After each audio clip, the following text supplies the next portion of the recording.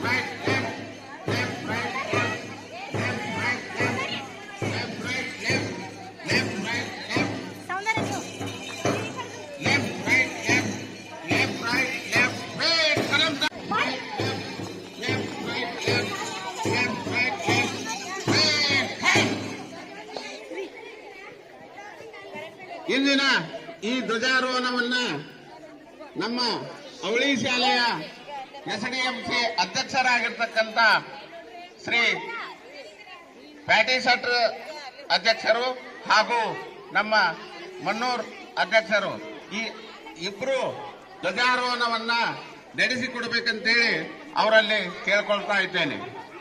ಬರ್ರಿ ಅಧ್ಯಕ್ಷರೇ ಎರಡರು.